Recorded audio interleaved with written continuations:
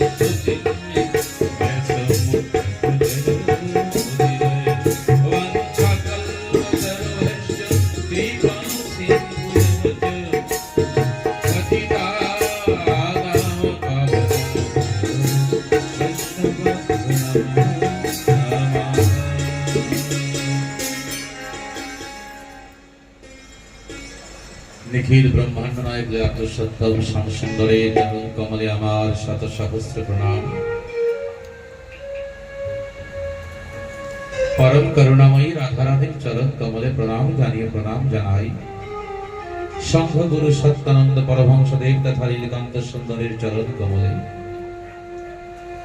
Jar कृपाय जीवन भागवतमय হয়ে উঠেছে সেই নিত্যানন্দ প্রভু সুন্দরের চরণ কমলে প্রণাম জানিয়ে प्रणाम জানাই আগত অনাগত সমস্ত ভক্তবৃন্দের জন্য।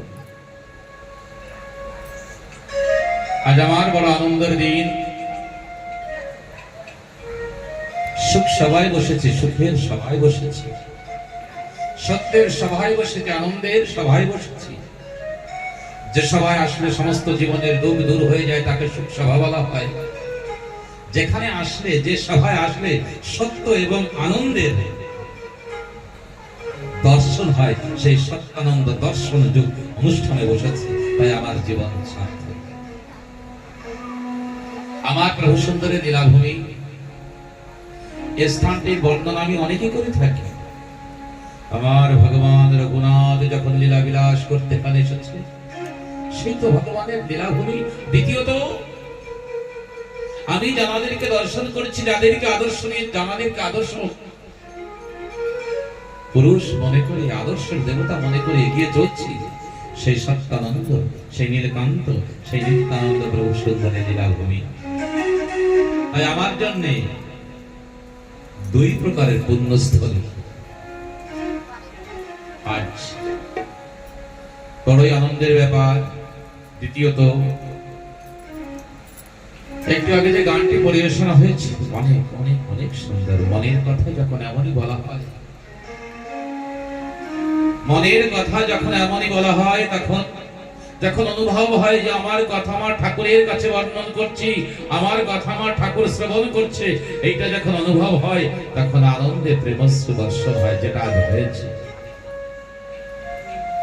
এসে কাঙালের ঠাকুর সত্যানন্দ প্রাণের হরি। সত্যই সে কাঙালের ঠাকুর। যদি সে চাইতো অন্য কোথাও আনন্দের সুবিধে সমস্ত জীবন কাটিয়ে দিতে পারত, কিন্তু না, এই জঙ্গলে জঙ্গলে ঘুরে ঘুরে আমাদের মতো সাধারণ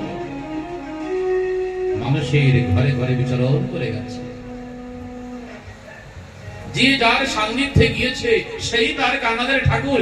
একদিন ঠাকুর নীলকান্ত গোস্বামীর মাথায় যখন তেল লাগাচ্ছে, অল্প কয়েকদিন সেবার অধিকার পেয়েছিল, এইখানে একটা ছোট্ট একটা চিহ্ন ছিল, এইখানে ছোট্ট একটা চিহ্ন ছিল।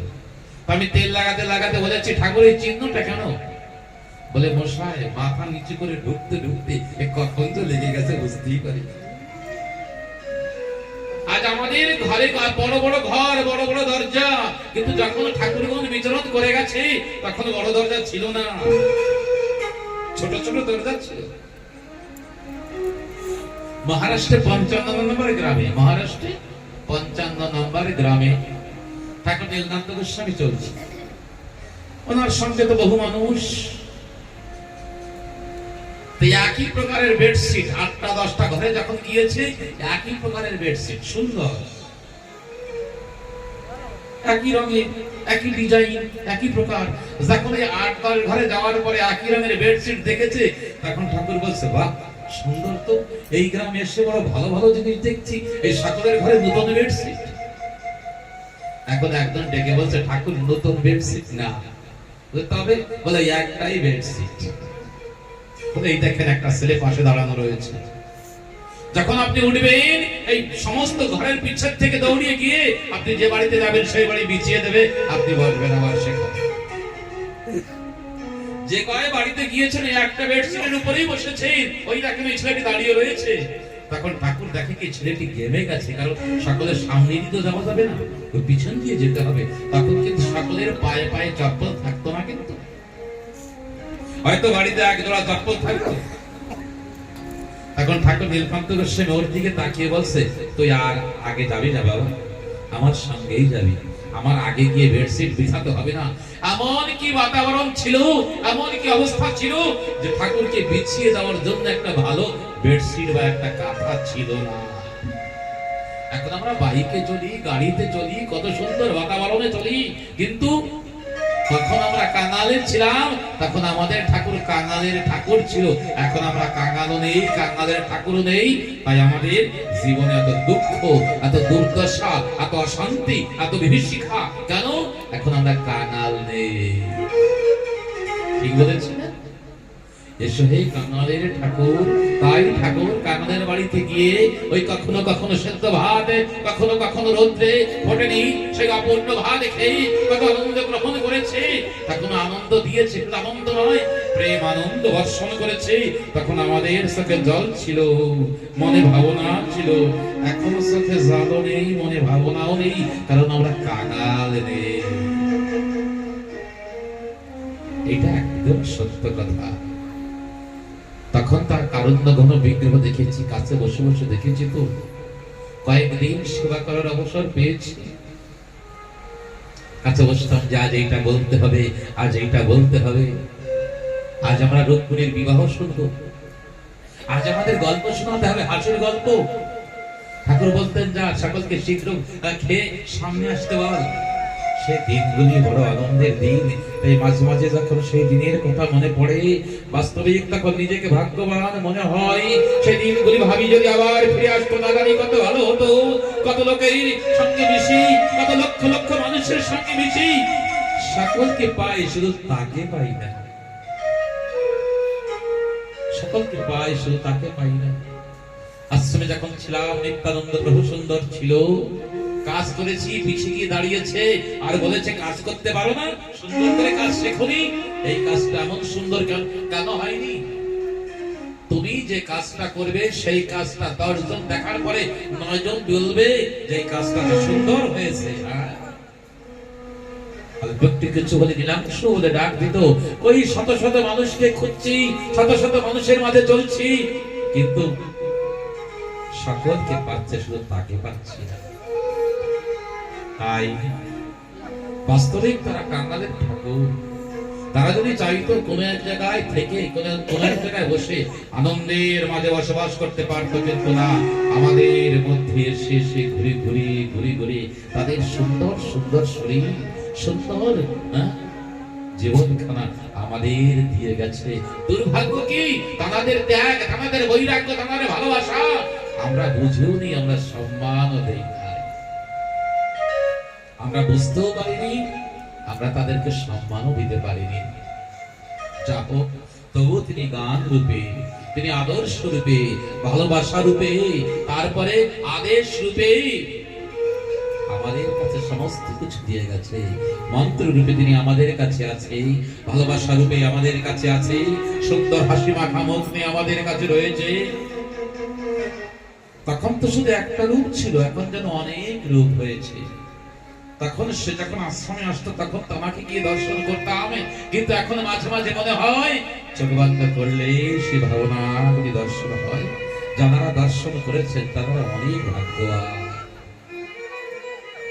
কিছু মহাপুরুষ পৃথিবীতে আসে, তারা সকলের জন্য হয়, সকলের জন্য, সকলের প্রিয়জন হয়, তারা সকলকে ভালোবাসে। পাটারের ওপারে শিবু মিষ্টির দোকান ছিল, ভালো রসগোল্লা বানাতো।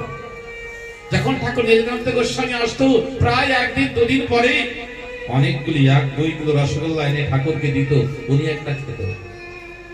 নীলকান্ত গোস্বামীর দেহ রাখার সমাচার শুনে উনি আর রসগোল্লা বানায়নি। সেই দিন থেকে ওনার দোকানে রসগোল্লা বন্ধ ছিল।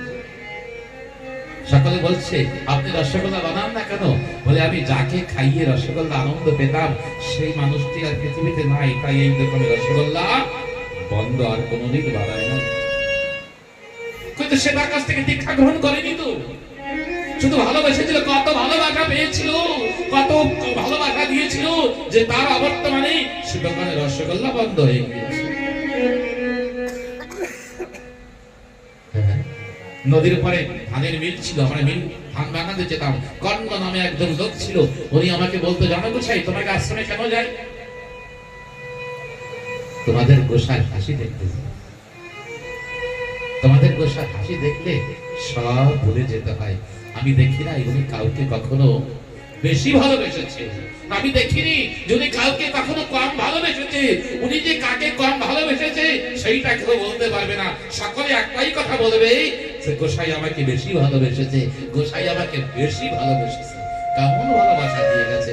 তাই মাঝে মাঝে নিজেদেরকে দেখলে মনে হয় যে ওনাদের সঙ্গে মেশা আমাদের আপন রয়ে গেছে, কিন্তু তবুও যতটা পেয়েছি পেয়েছি। কারণ কি, ওই আমাদের মধ্যে তো সেই ভালোবাসা হয়নি, সেই সমানতা হয়নি, সেই উদারতা হয়নি, সেই ত্যাগ হয়নি। সকলকে তো বরাবর ভালোবাসতে পারি না, সকলের সঙ্গে তো বরাবর মিলতে পারি না, সকলের সঙ্গে তো বরাবর চলতে পারি না। তাদের আদর্শ দেখেছি কিন্তু পাই না। শ্রীমদ্ ভাগবত মহাপুরাণে একটি শ্লোক আছে, চিন্তামণি লোক সুখম শ্রোত্রু স্বর্গ সম্পদম প্রযচ্ছতে গুরু প্রীত বৈকুণ্ঠম যোগী দুর্লভ।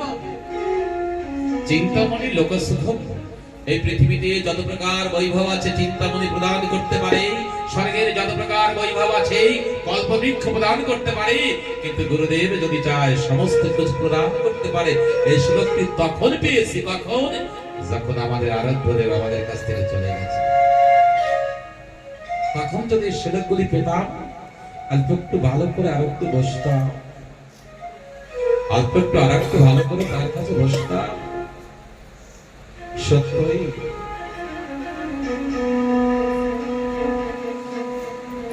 ভগবান যখন শ্রীরাম বৃন্দাবন ছেড়ে মথুরাতে আসে, বারবার বারবার ভক্তদের কথা মনে করেছে,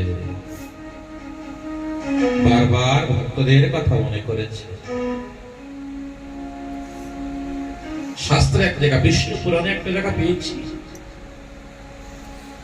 যদি ভগবান কোন ভক্তের কথা একবার মনে করে তার এক এক জন্মের প্রারব্ধ নষ্ট হয়ে যায়। যদি ভগবান এক একজন ভক্তের কথা এক একবার মনে করে তার এক এক জন্মের প্রারব্ধ নষ্ট হয়ে যায়। তার আশ্রমে বসে ঠাকুর নীলকণ্ঠ গোস্বামীর মুখে, মাতা মাধুর্যময়ীর মুখে, নিত্যানন্দ ব্রহ্মচারীর মুখে যাদের নাম শুনতাম, আশ্রমে বসে প্রণাম করতাম আর ভাবতাম কবে তাদের সঙ্গে দেখা হবে।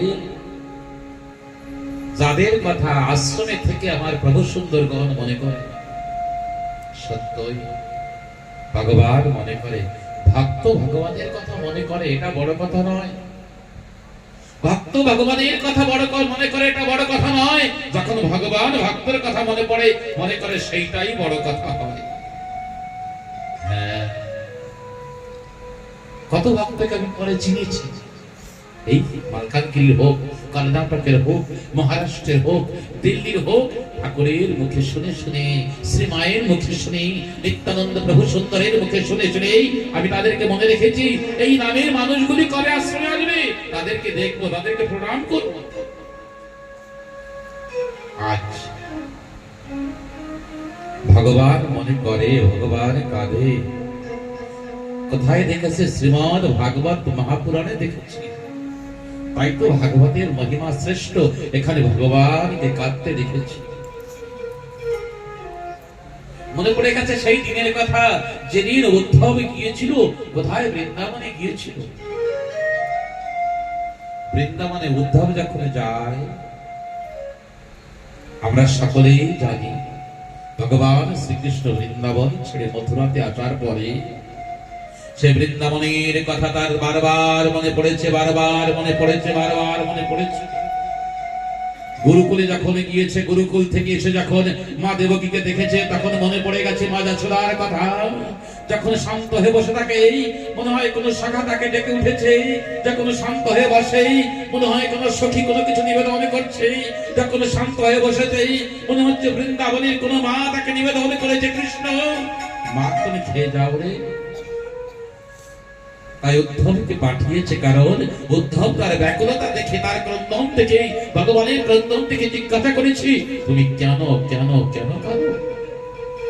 যখন বৃন্দাবনের কথা বলেছে, তখন উদ্ধব যখন বৃন্দাবনে গিয়েছে, সন্ধ্যার সময় নন্দ বাবার কাছে গিয়েছে, নন্দ বাবাকে প্রণাম করেছে। যশোদা মাকে প্রণাম করতে যখন গিয়েছে, দেখে মা যশোদা মূর্ছিত, চোখ বন্ধ, ওই ঘরে শুয়ে আছে। কৃষ্ণ চলে যাওয়ার পরে যশোমতী আর কখনো চোখ খুলে বৃন্দাবনকে দেখে নাই, কারণ যে বনে কৃষ্ণ নাই, সে বৃন্দাবনকে আর নন্দরানী দেখবে না। পিতার ভাবনা, কৃষ্ণ ছিল তাই সব ছিল। নন্দরানী আর কোনদিন রান্না করে যায়নি, নন্দরানী কোনদিন রান্না করেনি, রান্না করে সে খাওয়াবে না। আজ বারবার যখন নন্দ বাবার সঙ্গে প্রণাম করছে, নন্দ বাবাকে বলছে, নন্দ বাবা আপনি অনেক ভাগ্যবান, আপনি অনেক ভাগ্যবান। নন্দ বাবা জিজ্ঞাসা করেছে, তুমি আমাকে কেন ভাগ্যবান বলছো? কেন ভাগ্যবান বলছো আমাকে? বলছে, আপনি যাকে কৃষ্ণ মনে করছেন আপনার পুত্র, বাস্তবিক সে আপনার পুত্র নয়। সে হচ্ছে জগদীশ্বর। তখন নন্দবাবা বলছে, না, সে জগদীশ্বর হতে পারে না। গুরুদেব গর্গাচার্য বলেছিল যে আমার পুত্র মহান হবে, আমার পুত্র শ্রেষ্ঠ হবে, আমার পুত্রের মধ্যে অনেক সদ্গুণ থাকবে, কিন্তু সে ভগবান হতে পারে না।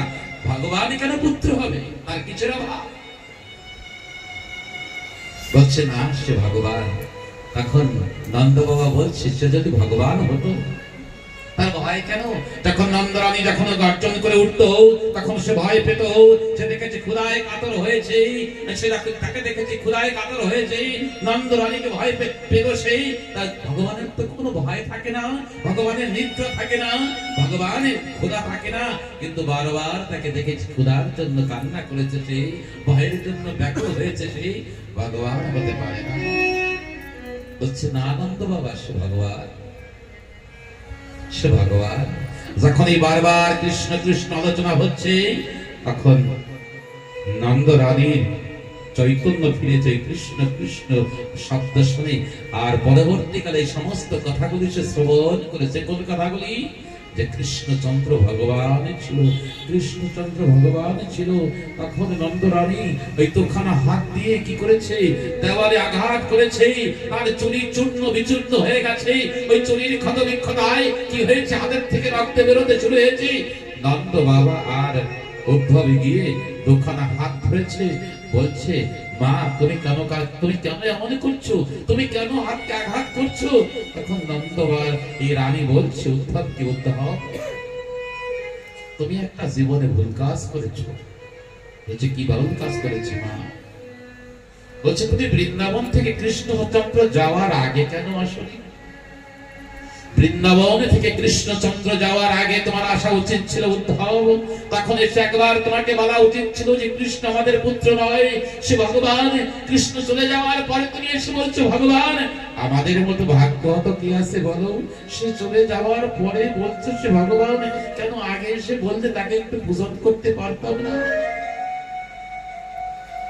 আগে এসে বললে তাকে একটু আরতি করতে পারতাম না? অল্প একটু মাখন নষ্ট করেছিল, তাই তাকে আমি বেঁধেছিলাম। ভগবানকে আরতি করতে হয়, ভগবানকে ভোগ নিবেদন করতে হয়, কিন্তু আমি অল্প একটু মাখন বা দুধ দই নষ্ট হওয়ার জন্য তাকে বেঁধেছিলাম। আমি তাকে বেঁধেছিলাম, তাই সে ভগবান চলে গেছে, তাকে কোনোদিন পূজন করি না।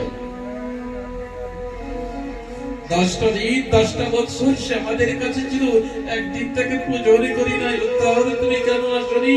তুমি যদি একটু আগে আসতে তাহলে একটু প্রাণ ভরে তাকে পূজনই করতে পারতাম।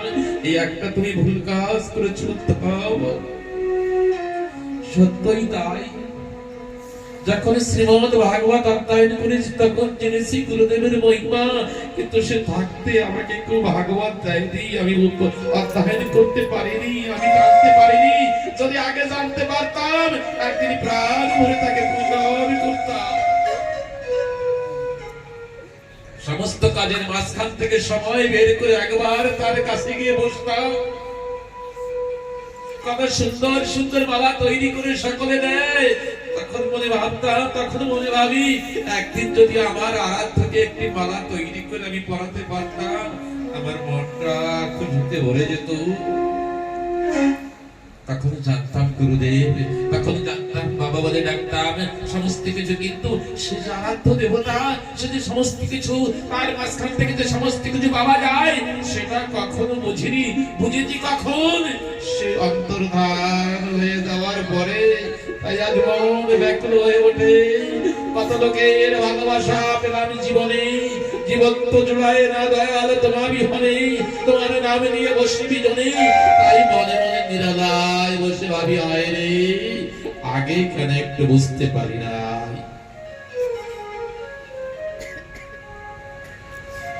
তবুও মনে ভাবি বুঝিনি তাতে কি তাকে পেয়েছি তো, বুঝিনি তাকে কি তাকে পেয়েছিলাম তো।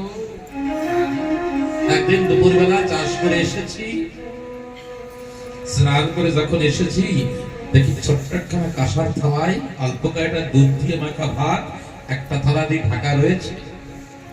আমাকে খেতে বসেছে, তখন এগিয়ে দিয়েছে। আমি বলছি কি? বলছে ঠাকুর তোমার জন্য ভাত কটা রেখে দিয়েছে, বলেছে কি নীলাংশু অনেক ছোট, অনেক কাজ করে, তাই মাখা ভাত কটা তাকে দিও। এখন কেউ আর সে মাখা ভাতের জন্য বলে না যে হ্যাঁ। গরু ছিল আমার থেকে বড়, চাষ করতাম। দুপুরবেলায় সে শুয়েছে, পদসেবা করতে বসেছি। বর্তমান তাকে রূপানন্দ বলে জানি, তখন তার নাম ছিল ঠাকুর দাস। কালাইকে তখন ডেকেছে, আসো ভাই অদ্ভুত ঠাকুরের পদসেবা করো। সে পুরানো ঘর তো নেই, এইটাই আমাদের দুর্ভাগ্য। রামকৃষ্ণ মিশনে যেখানে ঠাকুর ভাবনা করেছে সেই ঘরটাকে সুন্দর বাউন্ডারি দিয়ে রেখেছে। ইসকনে যেখানে প্রভুপাদ একদিনের জন্য বসেছে সেইটাকে সুরক্ষা করার জন্য লাখো টাকা খরচা করেছে, কিন্তু আমাদের ঠাকুরের স্মৃতিসৌধ আমাদের কাছে কিছু নেই। সব ভেঙে আমরা নতুন করেছি। যে ঘরে তারা বসতো সে ঘর নেই, আর যদি সেই ঘর আমাদের কাছে থাকতো অসংখ্য মানুষ আগামীতে এসে দেখতো এইখানে ঠাকুর নীলকান্ত গোস্বামী বসেছিল, এখানে মাতা মাধুর্যময়ী দেবী বেঁচেছিল, এখানে নিত্যানন্দ স্বামীজি সময় কাটিয়ে দিয়েছে। সেই স্মৃতির নতুনত্বের প্রভাবে সব হারিয়ে ফেলেছি আমরা। আশ্রমে জায়গা কম ছিল না, আমরা অনেক বিল্ডিং তৈরি করতে পারতাম, কিন্তু ওইগুলোকে আর পাবো না আমরা। যাকে জায়গাটা দেখলে ওই তো বৃন্দাবনে যখন নিধুবনে যাই, নিধুবনে কৃষ্ণকালী বিধুমুখী রায় অতীতের সেই ইতিহাস সবুজ বালু ছায়। নিধুবনে গেলেই নিধুবনকে জাগ্রত মনে হয়, যমুনার পাশে গেলেই সে ভগবানের লীলাকে আমরা যা বুঝতে পারি। মাত্র সেই ঘর, সেই বারান্দা, সেই থাকতো, সেখানে বসলে সেই স্মৃতিগুলি আমাদের মানুষ মনে ভেসে উঠত। যখন দুপুর বেলায় ক্লান্ত শরীর অল্প একটু দুই তিনবার পদসেবা করেছি, ঘুমিয়ে গিয়েছি। যখন আমি ঘুমিয়ে গিয়েছি পায়ের পরে ঠাকুরের চরণখানা দেখে ঘুমিয়ে গিয়েছি।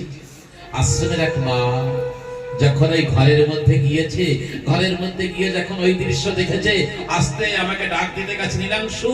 যখন ডাক দিতে গেছে, ঠাকুর নীলকান্ত গোস্বামী বলছে, ওকে ডেকো না, একটু শান্তিতে ঘুমোতে দাও,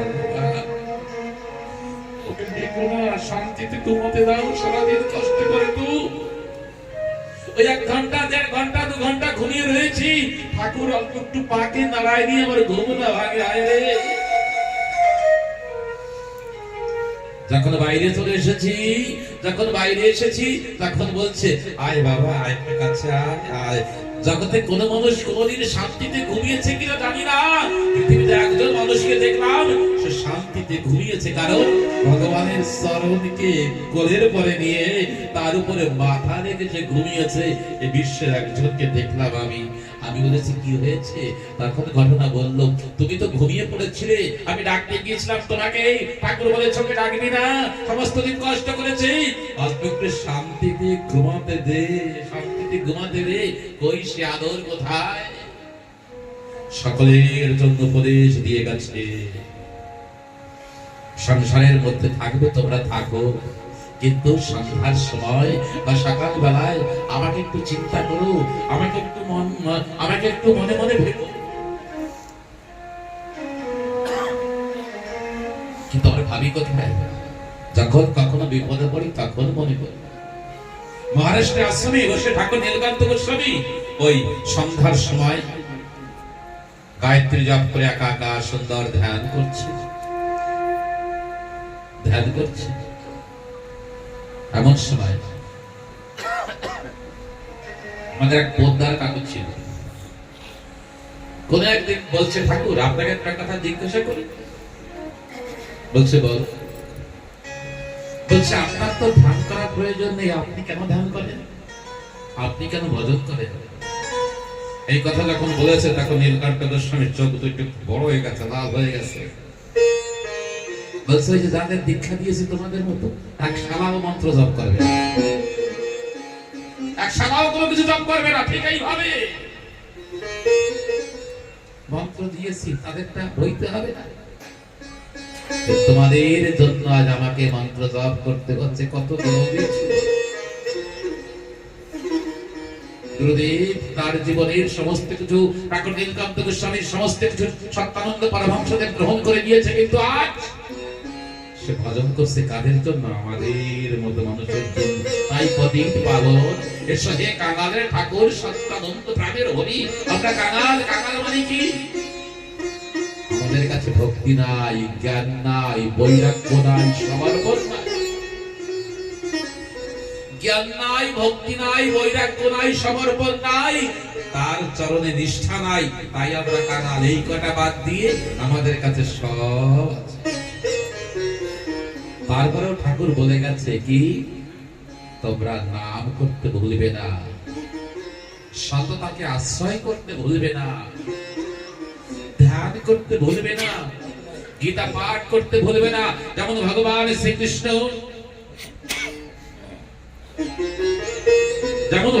শ্রীকৃষ্ণ তার পুত্রদের ডেকে নিয়ে প্রতিদিন বসতো, প্রতিদিন না বসলেও মাঝে মাঝে বসতো।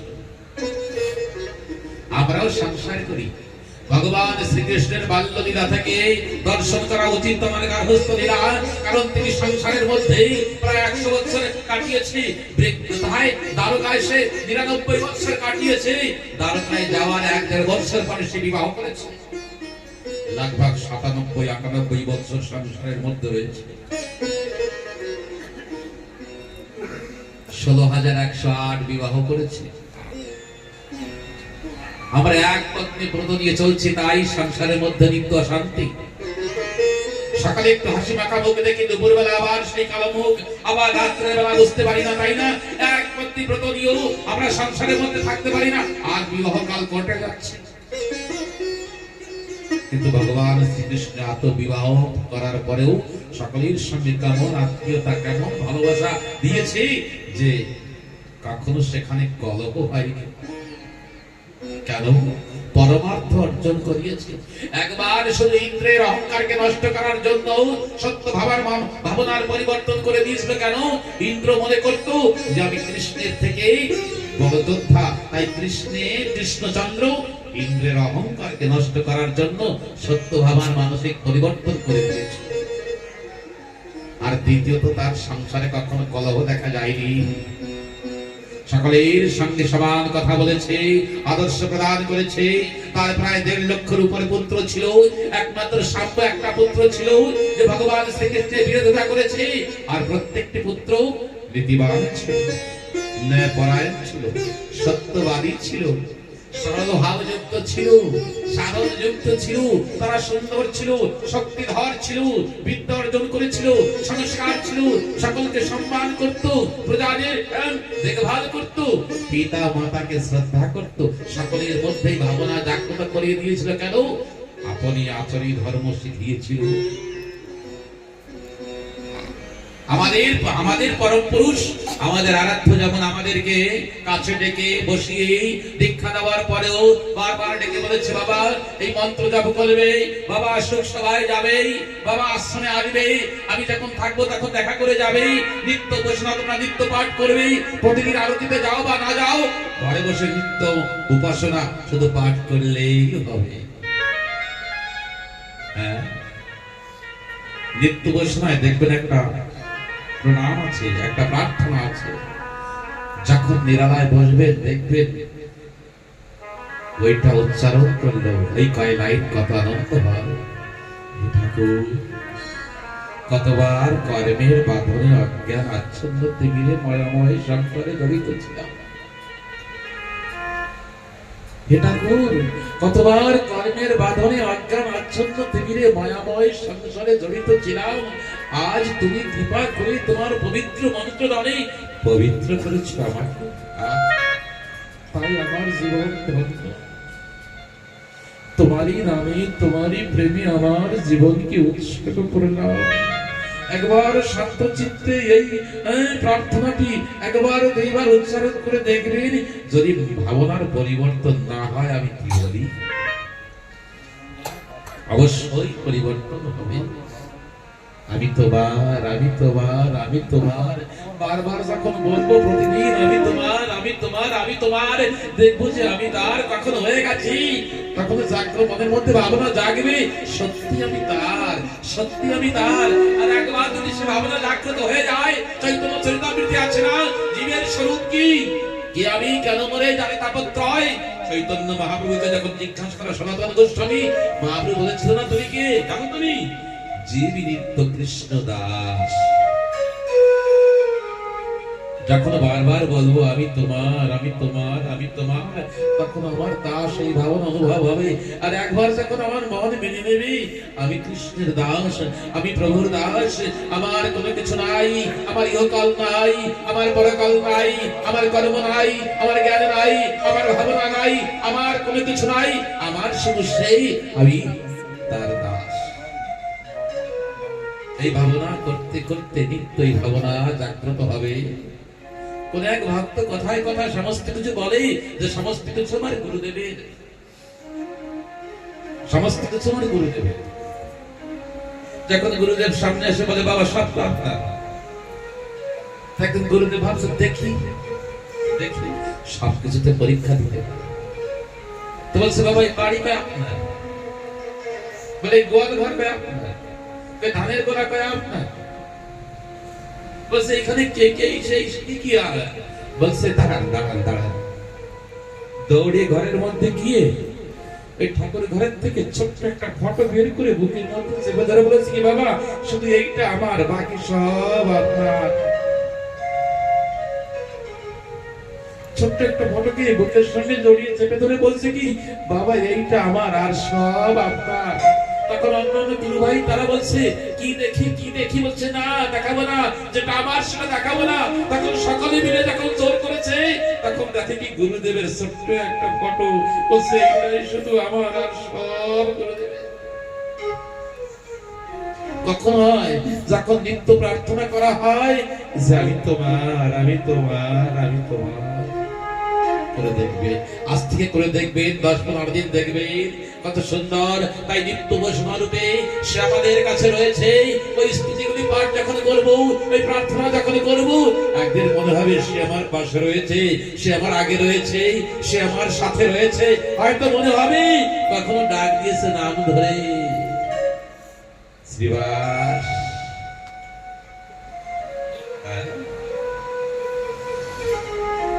হয়তো ডাক দেবে, এরকম মনে হবে। ভগবান শ্রীকৃষ্ণ প্রতিদিন বা মাঝে মাঝে তাঁর পুত্রদের ডেকে বসতো, বাবা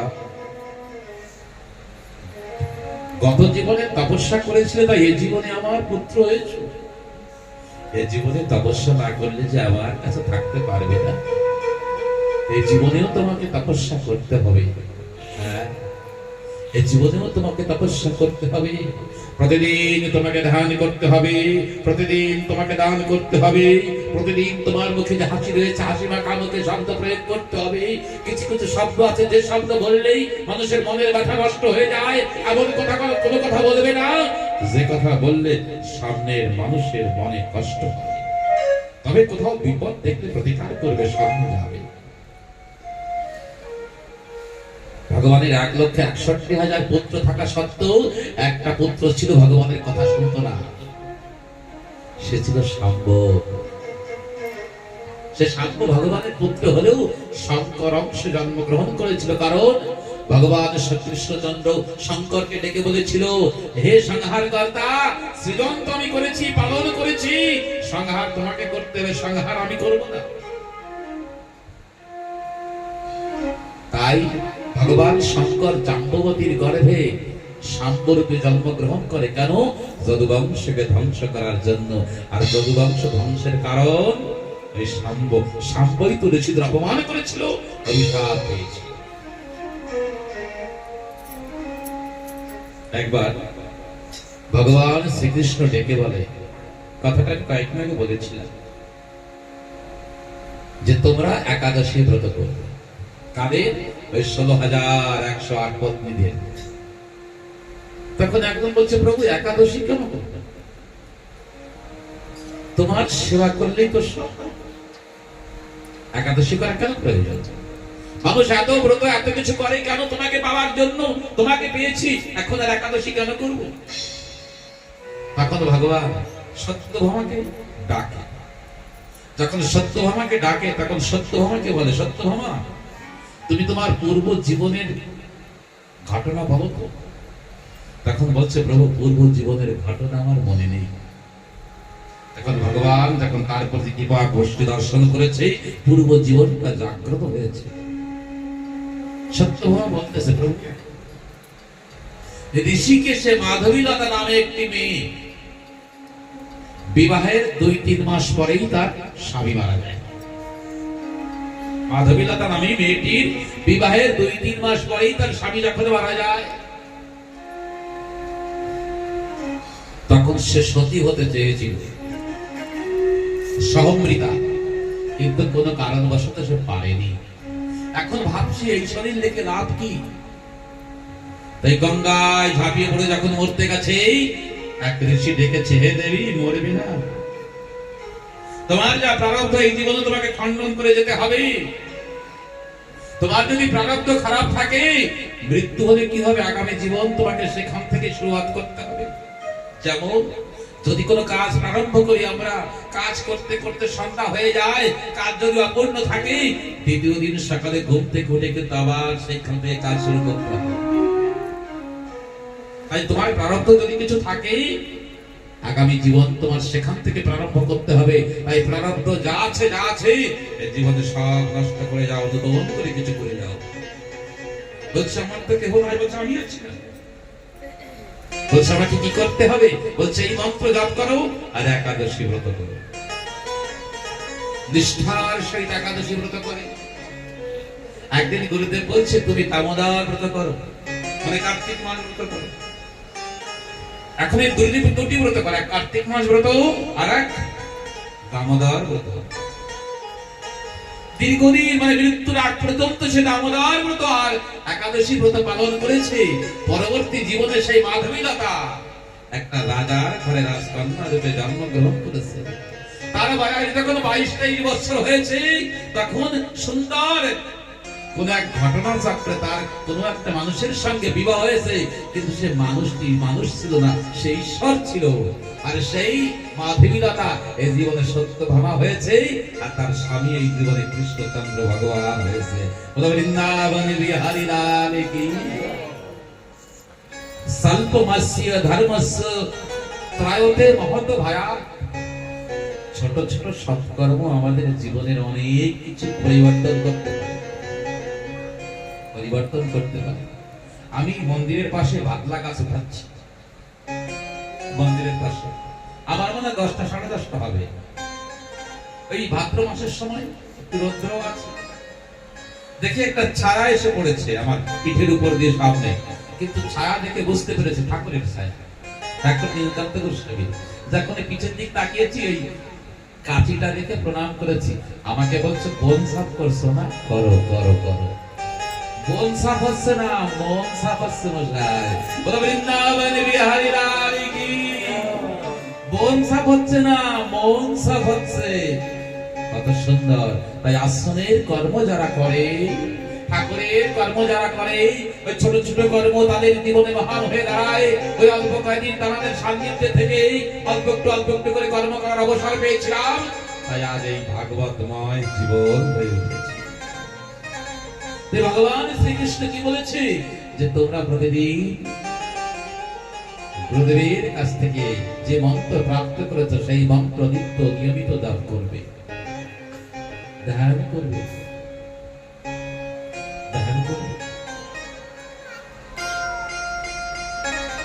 রামকৃষ্ণ মিশনের এক মহিলা ব্রততী চ্যাটার্জি ভুবনেশ্বর থেকে আসে। ত্রিপলে LLB করা মেয়েটি। তার সঙ্গে যখন কয়েকদিন ছিল, তো প্রতিদিন আমি তখন ঠাকুরের মন্দিরে সেবা তো করতাম না, খালি সাদা দিতাম। আমাদের নিকুঞ্জ কাকু, নিকুঞ্জ রায় দ্রোণাভাবে ছিল, উনি একবার বৃন্দাবনে গিয়ে আসার সময় বলতেছে, বাবা বাড়ি গিয়ে আর পূজা করবো না, সব বন্ধ। আমি বলছি কেন বাবা, বাড়িতে গিয়ে ভালো করে পূজা করবো? না, পূজা বন্ধ। ওই ঠাকুর আমি সব অন্য মানুষকে দিয়ে দেবো, ঘন্টা পূজার থালা যা কিছু আছে সব সবাইকে দিয়ে দেবো। আমি বলছি বলেন কি, আপনার মতিভ্রম কেন হলো? বলছে না রে বাবা, মতিভ্রম হয়নি। বৃন্দাবনে এসে দেখেছি ঠাকুরের সেবা কেমন হয়। আমরা সকালবেলা একটু নকল দানা দিয়ে, একটা তুলসী পাতা দিয়ে একটা আরতি করলাম, বিকালবেলা একটু তাই করলাম। আমাদের কাছে ঠাকুর যায় না রে বাবা। এই সেবা রেখে বৃন্দাবনের প্রতি ঘরে ঘরে সেবা, এই সেবা রেখে আমাদের পূজা গ্রহণ করতে যাওয়া ঠাকুরের অবসর যখন হবেই না, তখন আমি আর কোনোদিন পূজা করবো না। বলতে বলতে দেখি তার চোখের থেকে ঝরঝর করে জল পড়ছে। ব্রজের সেবা যে যতটুকু আমরা দেখো, তখন এই মেয়েটি, ওই যখন আমি মন্দির সুন্দর মোছা দিয়ে চলে আসি, ওই মেয়েটিকে সুন্দর আধা ঘন্টা, এই সময়টা প্রায় আধা ঘন্টা সময় থাকে, একটু ফুল তোলা, সমস্ত কিছু সুন্দর। 8-10 দিন পরে আমাকে একদিন ডেকে বলেছিলেন, আমি সব একটা কথা বলি, সত্যানন্দ পরমহংসদেবের গায়ের যে রং, এটা তো ঠিক হয় নাই। আমি বলছি কেন? বলছে না বাবা, সত্যানন্দ পরমহংসদেবের গায়ের যে রং, এটা রং ঠিক হয়নি। উনি কিন্তু একটু কালো কালো ছিল, আর ওনার গায়ে কিন্তু একটু লোম ছিল। আমি বলছি তুমি কেমন করে জানলে? বলছে আজ আমি ঠাকুরকে দর্শন করেছি বাবা, আজ আমি ঠাকুরকে দর্শন করেছি বাবা। আমি যখন মন্দিরে ধ্যান করতে বসেছি, এখন দেখেছি ঠাকুর মিট মিট করে তাকিয়েছে আমার দিকে, হেসেছে, আরে হাত দুখানা একবার এরকম করে দিয়েছে, আবার এরকম করে দিয়েছে। তাই আমি দেখেছি ঠাকুরের রং একটু কালো ছিল এবং তার গায়ে লোম ছিল। পরবর্তীকালে যারা ঠাকুরকে দর্শন করেছে, আমি তাদের কাছে জিজ্ঞাসা করেছি কথাটা ঠিক? বলে বিলকুল ঠিক কথা, বিলকুল ঠিক কথা। কিন্তু প্রতিদিন গুরুদেব আমাদেরকে বলেছে ধ্যান করবে, আমরা ধ্যান করি। ওই মেয়েটি যে ধ্যান করেছে, ধ্যান করে মাত্র 10 দিনের মধ্যে ওই নরনারায়ণ সেবাশ্রমের মন্দিরে বসে সত্যানন্দ পরমহংসদেরকে দেখে গেছে। আর আমরা সেখানে বসে বসে এই ভাবনার বিকৃতিযুক্ত অবস্থায় চলছি। কেন? আমরা না নাম জপ করি, না ধ্যান করি, না সেবা ভাব আমাদের মনে আছে। ভাবগ্রাহী জনার্দন, ভাব না থাকলে ভক্তি হয় না, ভাব না থাকলে হয় না। যেদিন ভাব জাগ্রত হবে, যেদিন ভাবনা জাগ্রত হবে, যেদিন ধ্যান পরিপূর্ণ হবে, যে ঠাকুর এই মন্দিরের মধ্যে বসে দেখা দিতে পারে, সে আমার ঘরে এসে দেখা দিতে পারে? পারে না, পারে পারে পারে।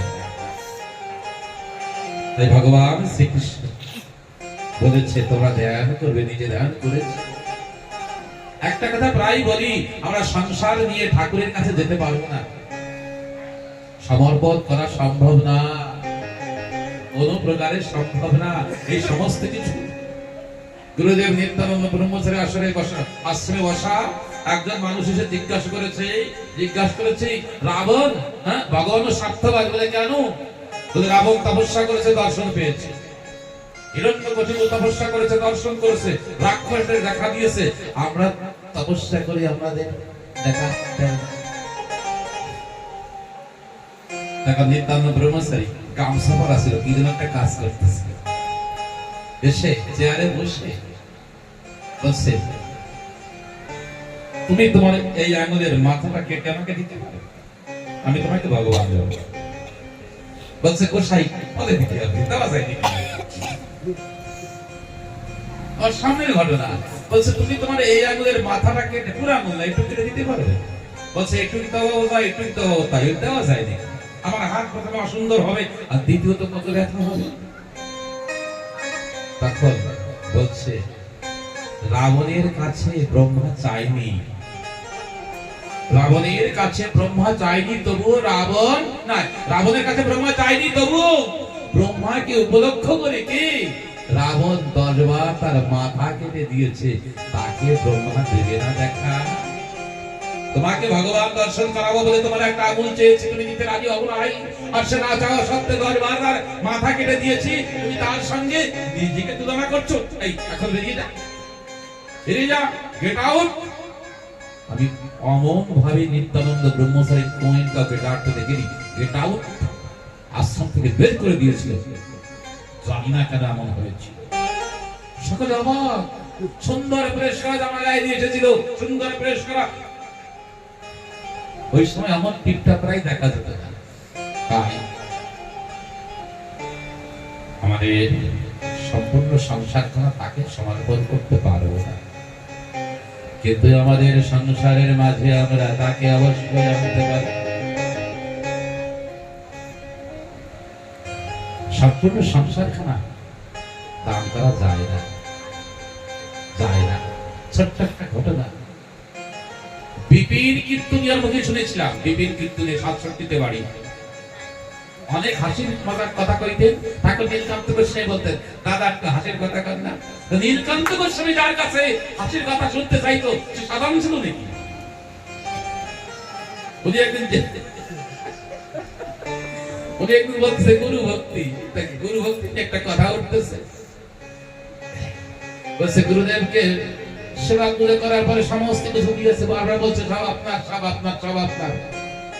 তা কি করেছে? ওই ওর একটা সুন্দর হুকো ছিল, হুকোতে একটা রূপোর কলকি বানাইছিল। আগে প্রায় সবাই হুকো খেত, সাধুরাও খেত বসে বসে, তাই না? ওই কলকেতে একটা রূপোর কলকে ছিল। তাই গুরুদেব কি করেছে? ওই হুকো খেয়ে খাওয়ার আগে আগে ওই আগুনটা ফেলে দিয়ে আস্তে মুছে ব্যাগের মধ্যে ঢুকিয়েছে। সবাই বলে কি বাবা কি করতে থাকে? কিচ্ছু বলবি, কিচ্ছু বলবি, আমি নৌকা ওঠার পরে বলবি।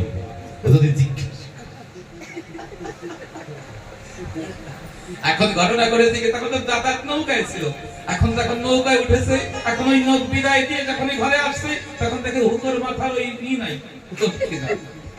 তখন তো সেই কলকে কইরে কয়েক গোসাই নিয়ে গেছে। নদীর পাড়ে দৌড়াচ্ছে, বাবা বাবা সেই থামা। যখন থামাই থেকে কি হয়েছে, ভুল করে আপনি কলকে ব্যাগে দিয়ে দিয়েছেন, এই লেটার কলকে সারাদিন কই সব তোমার তোমার তোমার একটা হুকুম। এই যে মশাই যা পারবো তা কম কিনা।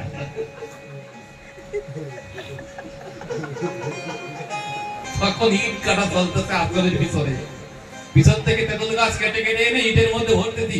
কোথার ইট কাটা, কোথার তেঁতুল গাছ বাবা, সব হাসতে হাসতে একটা কাল হয়ে গেছে।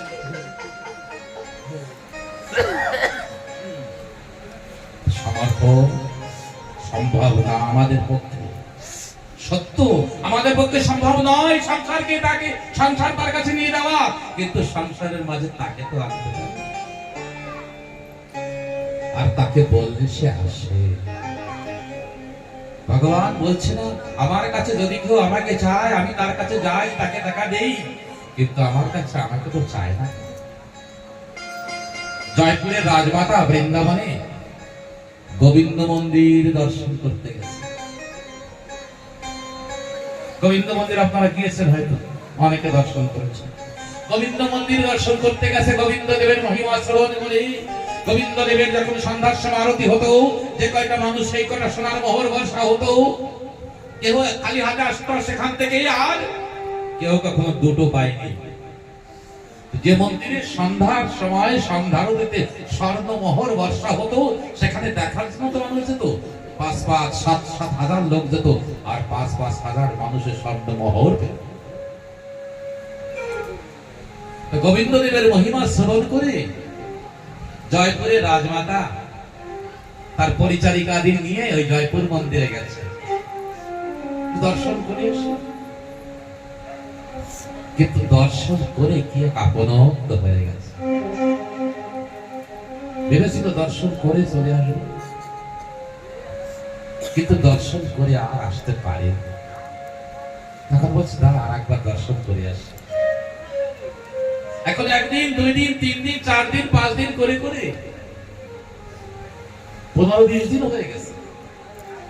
অন্যান্য সবাই বিরক্ত হয়ে গেছে, কিন্তু রাজমাতা ডেকে বলছে তোমাদের যাদের যাদের যেতে ইচ্ছা করে তারা যাও, আমার ২-৪ জন থাকলে হয়ে যাবে।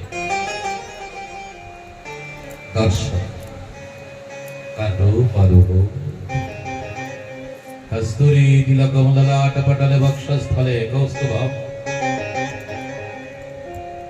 নাসাগ্রে বরমৌক্তিকম করতলে বেণুকরে কঙ্কণম সর্বাঙ্গে হরিচন্দনম সুললিতম কণ্ঠে চামুগ্ধবলি গোপস্ত্রী পরিবেষ্টিত বিজয়তে গোপাল চূড়ামণি। কস্তুরী তিলকম, কস্তুরী দ্বারা সুন্দর তিলককে তৈরি করে তার ললাটে লেপন করে দিয়েছে, সুন্দর করে সাজিয়ে দিয়েছে। বক্ষস্থলে কৌস্তুভম, কৌস্তুভ মণি তার বক্ষে রয়েছে। নাসাগ্রে বরমৌক্তিকম, সুন্দর একটা মুক্তা সোনা দ্বারা বাঁধিয়ে নাকে বর্তমান মাঝে মাঝে কোথাও দেখা যায়, মায়েরা পরে। বরমৌক্তিকম কৃষ্ণ পর্যন্ত করতলে বেণু করে কঙ্কণম, আর হাতে বাঁশি। সে যখন বাঁশি বাজাতো সম্পূর্ণ একাকার হয়ে যায়। উজার বাঁশির সুরে বৃন্দাবনে উজন বইত যমুনা, যার বাঁশির সুরে বৃন্দাবনে যমুনা উজানে বেয়ে চলত। করতলে বেণু করে কঙ্কণম, হাতে কঙ্কণ ছিল, সুন্দর পায়ে দুপুর ছিল। রুমঝুম রুমঝুম করে বেজে বেজে সম্পূর্ণ ব্রজবাসীকে আনন্দ প্রদান করত।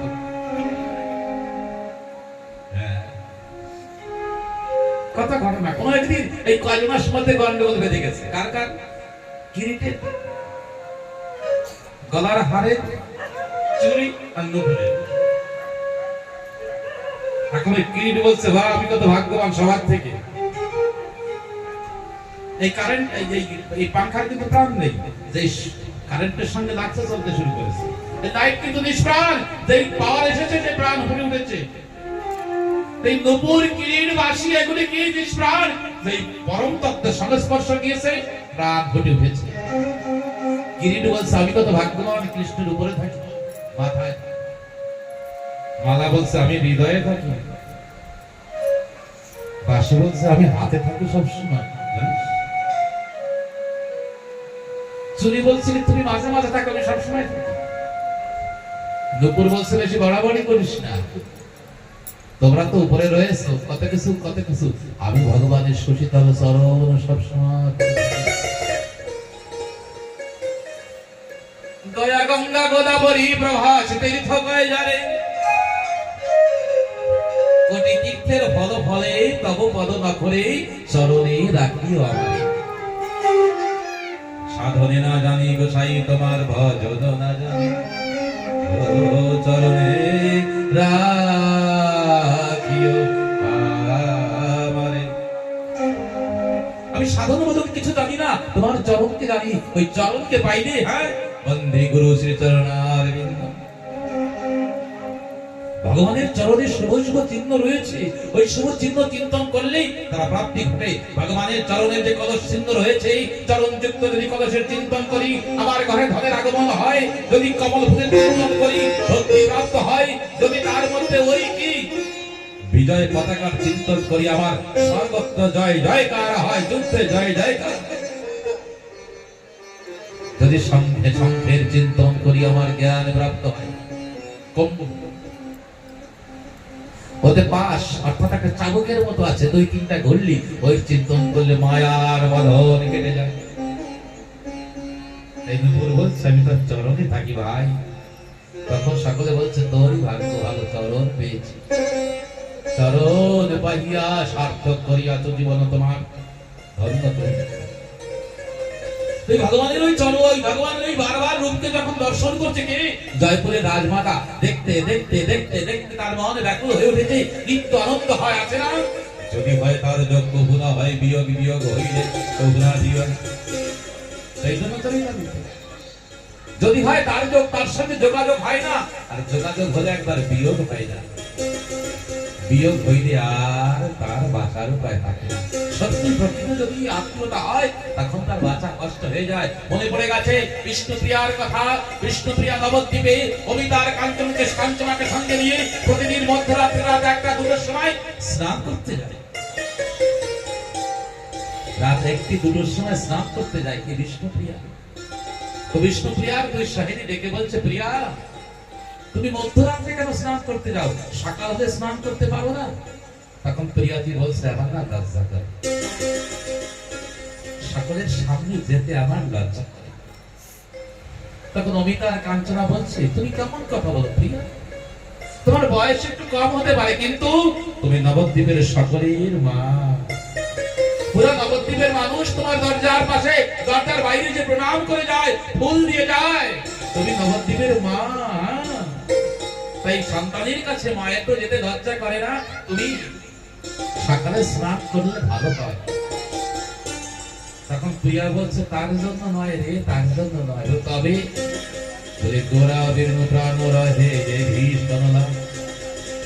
গৌরাঙ্গ সুন্দর চলে যাওয়ার পরে আমি বেঁচে এখনো রয়েছি, এই মুখ নিয়ে আমি সকলের কাছে যাবো কেমন? আমি তো ভেবেছিলাম যে আমি গৌর প্রিয়া, আমি বিষ্ণু প্রিয়া, চলতে চলতে গৌর প্রিয়া হয়ে গিয়েছিলাম। আমি জানতাম আমার মন গৌরের মধ্যে, সে গৌর চলে যাওয়ার পরে আমি বেঁচে কেমন করে আসছি এই লজ্জায় সকলের সামনে।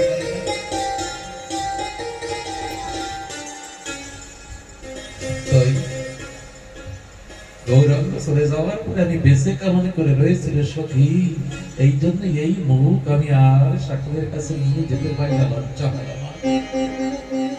যদি হয় তার যোগ, কবু না হয় বিয়োগ, বিয়োগ হইলে কবু না বিয়োগ। আমাদের ভগবানের সঙ্গে আত্মীয়তা হয় না, কিন্তু কোন প্রকারে একবার যদি হয় আর তাড়াতাড়ি ছাড়াছাড়ি হতে চায় না। জয়পুরের রাজমাতা যখন আজ দর্শন করছে, 15-20 দিন যখন কেটে গেছে, এখন একদিন পূজারীর কাছে ডেকে বলছি আমি একটু স্পর্শ করতে পারি কি, অল্প একটু স্পর্শ করার ইচ্ছা। তখন প্রথমে বলছে না, তারপরে বলছে হ্যাঁ তুমি অল্প একটু করো, রাজমাতা কিনা তাই। তবে তুমি একা একা যাবে, শুধু ভগবানকে অল্প একটু স্পর্শ করে চলে আসবে, স্পর্শ করে চলে আসবে, আর কিছু হবে না। তখন বলছে না, অল্প আগুন বাতাসে নিভে যায়, বেশি আগুন বাতাসে বাড়ে। অল্প আগুন বাতাসে নেবে, বেশি আগুন বাতাসে বেড়ে যায়। তো অল্প একটু ক্ষুধা ওই অল্প একটু দর্শনে মিটে যায়, কিন্তু যার মনের ক্ষুধা অনন্ত, অল্প একটু স্পর্শ করলে তার ক্ষুধা মিটবে না, বরং তো বাড়বে। তাই আজ মন্দিরে সন্ধ্যার সময় গিয়ে আরতির সময় বলছে, হে ঠাকুর,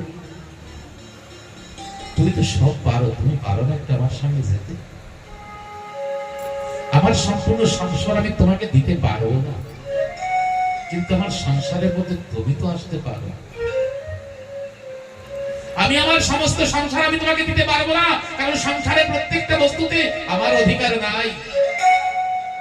যে সংসারে আমি আমার আমার বলছি, বলতে আমার যে কতটুকু অধিকার আমি তাও জানি না। যে সংসারকে আমি তৈরি করেছি, আমি আমার ছেলে, আমার মেয়ে, আমার কারোবার, আমার ঘর, আমার বাড়ি, কিন্তু প্রকৃত কতটুকু যে আমার আমি তাও জানি না। একদিন ঘরের থেকে 5 কিলো চাল দিয়ে দেখবেন, বলছে বাবা একদিন বরদাস্ত করো, 3 দিন বরদাস্ত করবে না। যদিও আমার সংসার হয়, আমার পরিজন হয়, আমি তা তোমাকে সমর্পণ করতে পারি না, কিন্তু তুমি আমার সংসারে আসতে পারো, তুমি পারো না বিশ্বের মালিক। এই বলতে বলতে বলতে বলতে যখন এই প্রার্থনার মধ্যে পরিপূর্ণ ডুবে গেছে, এমন সময় আওয়াজ এসেছে, মা। দেখবেন এইখানে যে মায়েরা বসে আছে, ওই বাইরের থেকে যে মায়ের ছেলে ডাক দেবে, সেই মা অটোমেটিক আওয়াজ দেবে, এই তো আমি।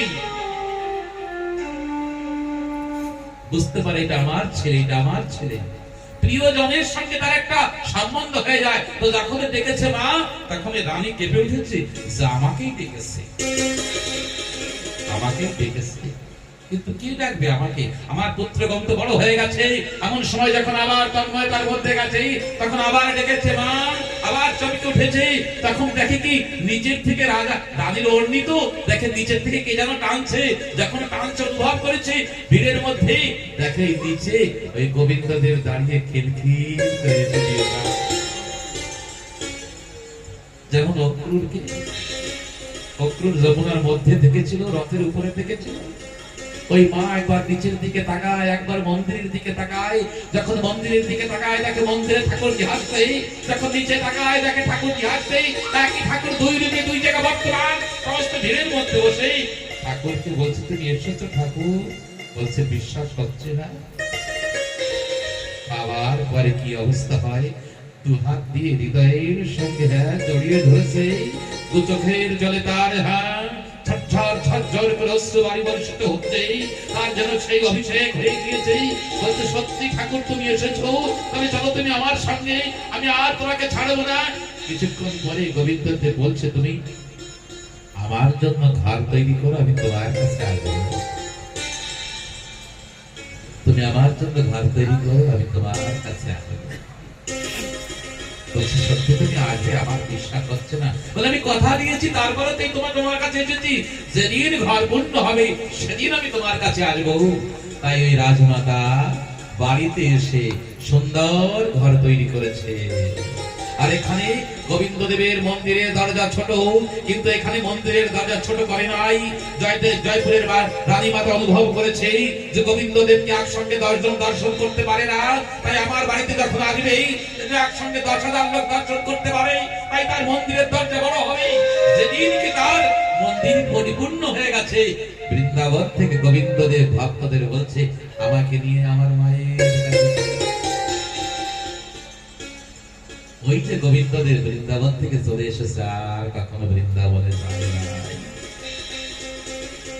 গোবিন্দদেব চলে আসার পরে সেখানে অন্য গোবিন্দদেবের মূর্তিকে স্থাপনা করেছে। আমরা এখন গিয়ে সেই মূর্তিকে দর্শন করি। যে গোবিন্দদেব সনাতন গোস্বামীর কাছে এসেছিল, সেই গোবিন্দদেব আজও পর্যন্ত জয়পুরে সেই মন্দিরে, মায়ের তৈরি করা মন্দিরে রয়েছে। তাই সেই কথা ঠাকুরের, সেই কথা সংসারে সংসারী থেকেও তাতে ক্ষতি নাই। সকাল সন্ধ্যা নিত্য নাম জপ করা চাই।